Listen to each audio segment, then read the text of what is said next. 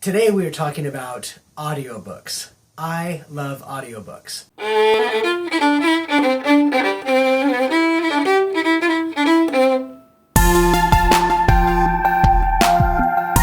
So you see, we live in a very busy world, and audiobooks fit right into that. They allow me to multitask. Where I'm at the gym, I'm running, right? I'm getting a workout, but I'm listening to a book. I'm also reading a book at the same time.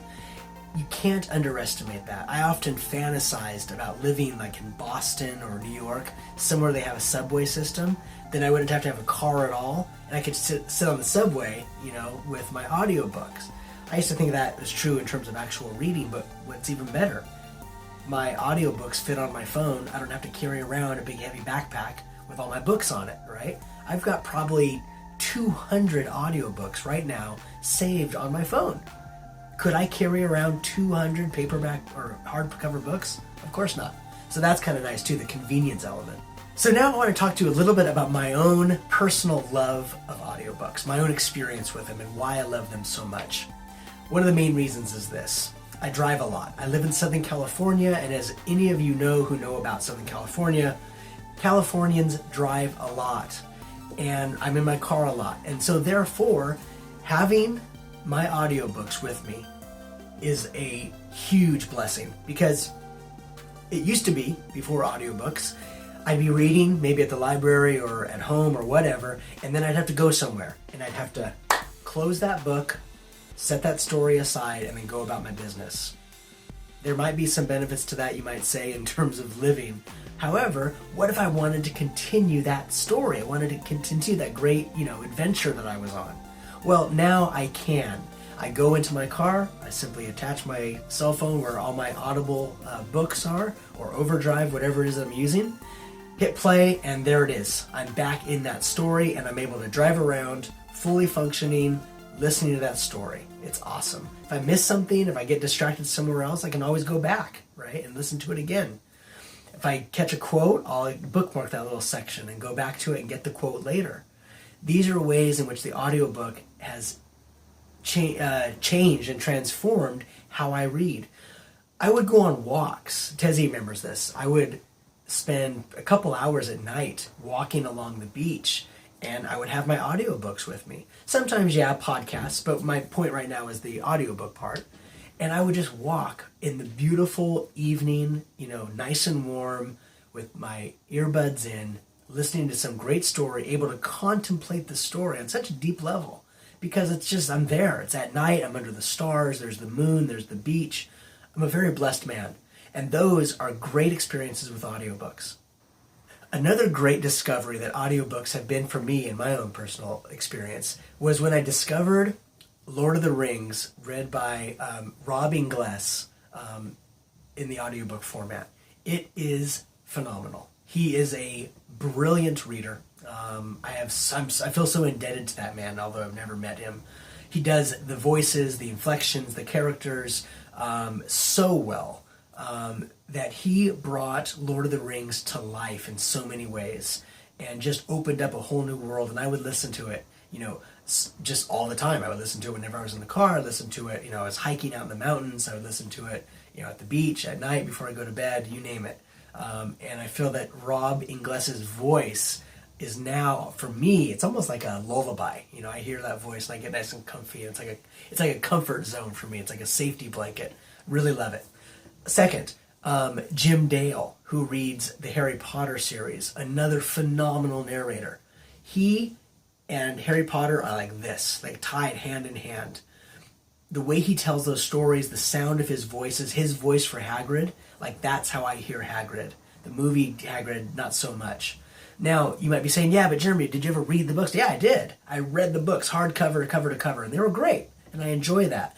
But the audiobooks brought a different element to it. That different perspective from these great readers really brought the story to life, and I'm so thankful for that.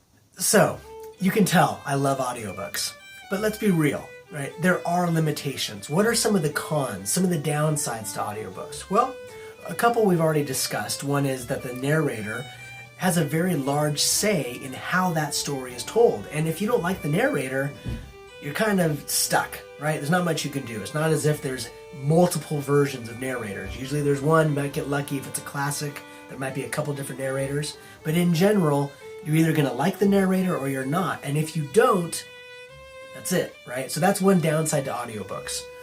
Another downside to audiobooks is, and for me this is a big one, I love to write in my books. I'm a big annotator. You can see a video I did recently, not recently, a video I did a while back on annotating my books.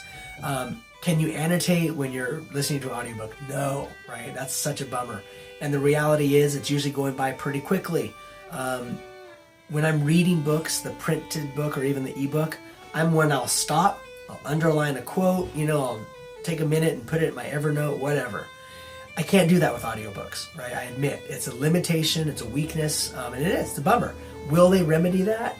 I hope so. Eventually, somehow, we'll see, right? Technology will be the answer. We'll find out.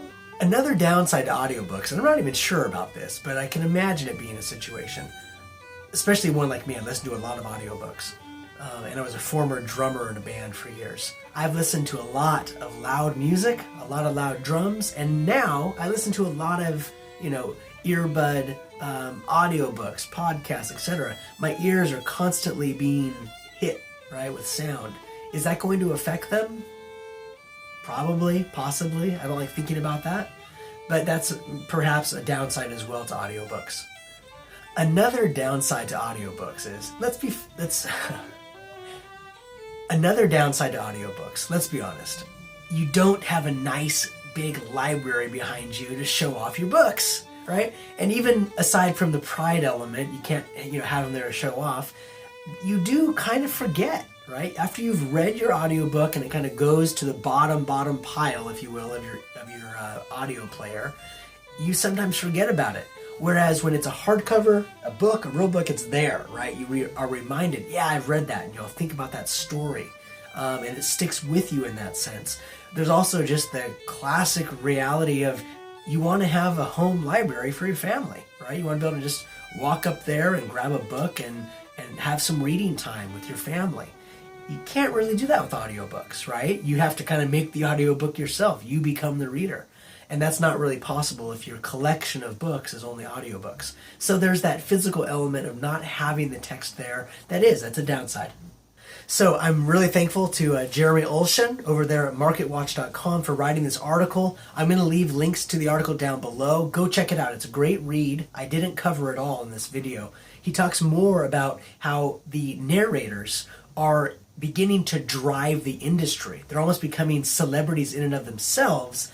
And he says in the article that publishers used to look at audiobooks as kind of a subsidiary, like secondary thing. There was the book, which was the main, big daddy. And then you had the afterthought was the audiobook. They're saying now, when they're even in the middle of publishing a book, they're thinking about who should be the narrator and how can the narrator help drive sales of this book, because they're getting such a large following. That's huge. We're in the middle of a change in the publishing industry. That's exciting. It's an exciting time to be a part of BookTube, and Tezzy as well, who's back there snuggling up in her blanket, eating her candy corn, because it is the Christmas season, which is awesome. You can see here we have a Christmas tree. It's not yet decorated. We're going to decorate it tonight, which is really exciting, but it has the nice pine smell. I was thinking we should name the tree, Tezzy. I don't know what to think about it. But it's a really nice tree, and we'll hopefully get to show that to you later as well. Anyways, hope you enjoyed this discussion of audiobooks. If you are an audiobook reader or an audiobook hater, or maybe just an audiobook phobic, you're audiophobic, you're afraid to start using audiobooks or whatever, or you've tried them, you just don't like them, talk to me. I want to hear from you. I want to see what is it that's keeping you from starting audiobooks. I can offer some recommendations on places to get started, and I think I'm going to be doing some future videos on great narrators, great stories, and places to start. Can you hear me right now, Tezzy? I'm actually brainstorming right now in this video as we do this. I doubt this is going to make it into the video.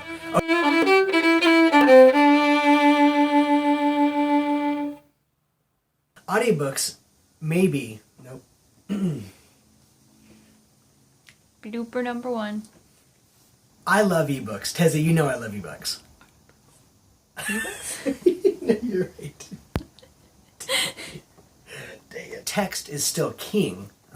There's no doubt about that. Textbooks are still, of course, selling like crazy.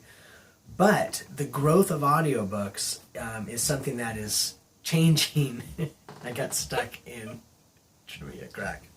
How did it happen, Desi? It's not doing it.